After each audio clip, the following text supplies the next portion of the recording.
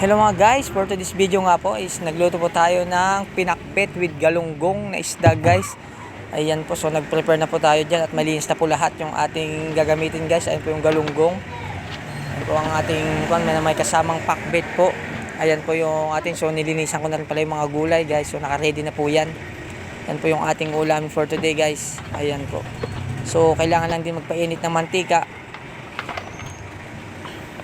So pag naglalagay pala kayo ng isda guys, kailangan mainit yung mantika kasi po yung galunggong wala pong kaliskis yan guys. So kailangan na mainit ang mantika. So didikit po yan pag hindi po mainit yung ating oil na gagamitin. So ayan po, medyo maliliit lang po. Sakto lang yan, apat lang naman kami guys, isa lang kami. Yan po yung ulam namin, is budget meal lang po. So hinaan lang natin yung apoy para hindi gaano masunog po. Ayan, low medium heat lang po tayo pag nagprito tayo mga isda guys, para lahat pantay-pantay yung luto.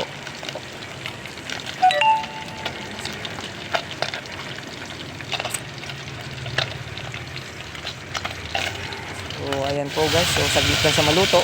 Ayan po.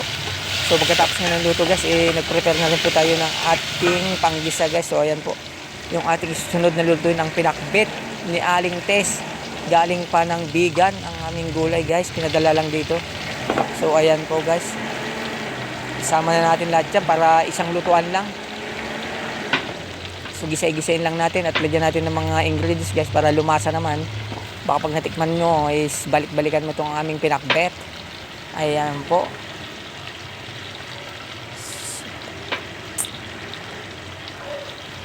Yan yung ating ulam for today's pinakbet ni Akbet. Ayan po. So pag shuffle na po yan guys, para isang kuluan lang. So pag nagluto pa tayo ng gulay, huwag nating i-overcook guys, pangit. Kailangan yung eksakto lang na hindi naman siya gano'ng matigas, yung eksakto lang lutong Pinoy lang na pakbet, para hindi naman siya pangit. Sige na kainin guys pag durog na po yung ating gulay, lalo na yung kalabasa. Lutuin lang natin siya for siguro 15 to 20 minutes guys, luto na to. Ayan po yung ating pinakbet ni Aling Tess. So haluluin lang para kumalat yung sa ilalim. Ito hindi po madurog yung sa ilalim, para pantay po yung luto.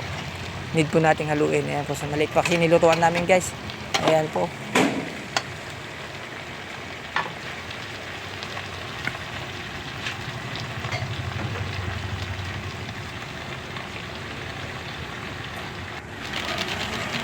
So ayan, antayin na lang natin lumambot yung gulay. Ayan po, so lagyan po natin ng pampalasa para naman sweet, so delicious yung ating pinakbet ni Aling Tess. Ayan.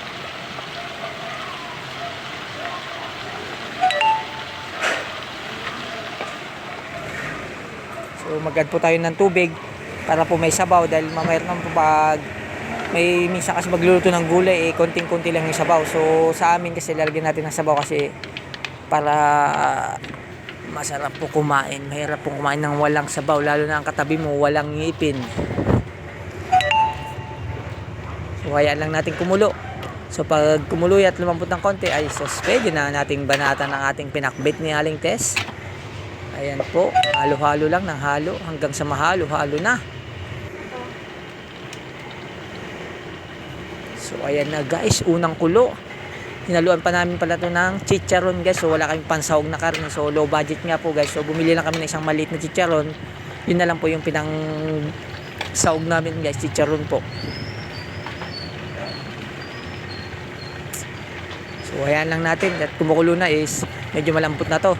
Malambutin pa natin ng konti. Naglagay pala tayo ng oyster ni Mama Sitas. Ayan po yung pampalasa namin guys, oyster, saka nilagyan namin ng konting patis po. Hindi ako gumamit ng asin, so patis po yung nilagay ko.